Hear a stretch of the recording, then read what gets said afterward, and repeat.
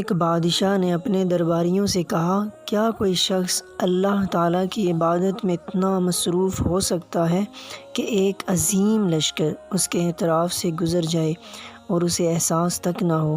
درباریوں نے چند لمحے سوچنے کے بعد کہا، ایسا ہونا ناممکن ہے، لیکن بادشاہ نے اصرار کیا کہ ایسا ہو سکتا ہے۔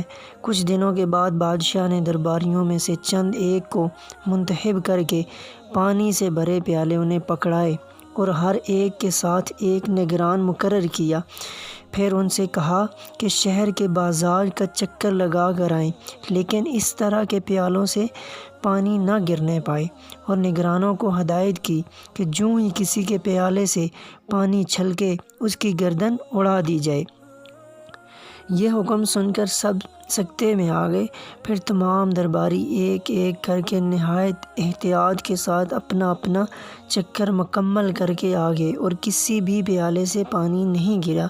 تب بادشاہ نے ان سے بازار کا حال دریافت کیا تو وہ تمام درباری کوئی بات بتانے سے معذور رہے۔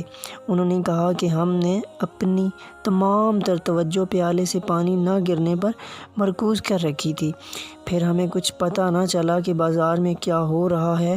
بادشاہ نے کہا، یہی بات میں ثابت کرنا چاہتا تھا کہ تم لوگوں پر جب جان کا خوف مسلط ہوا تو تمہاری تمام تر توجہ اس کام پر مرکوز ہو گئی جو تمہیں دیا گیا تھا۔ انسان بھی اگر اتنا ہی اللہ کا خوف دل میں بٹھا لے اور اللہ کی عبادت میں مشغول ہو جائے تو کوئی وجہ نہیں کہ ایک عظیم لشکر بھی اس کے پاس سے گزر جائے اور اسے اس کا احساس تک نہ ہو۔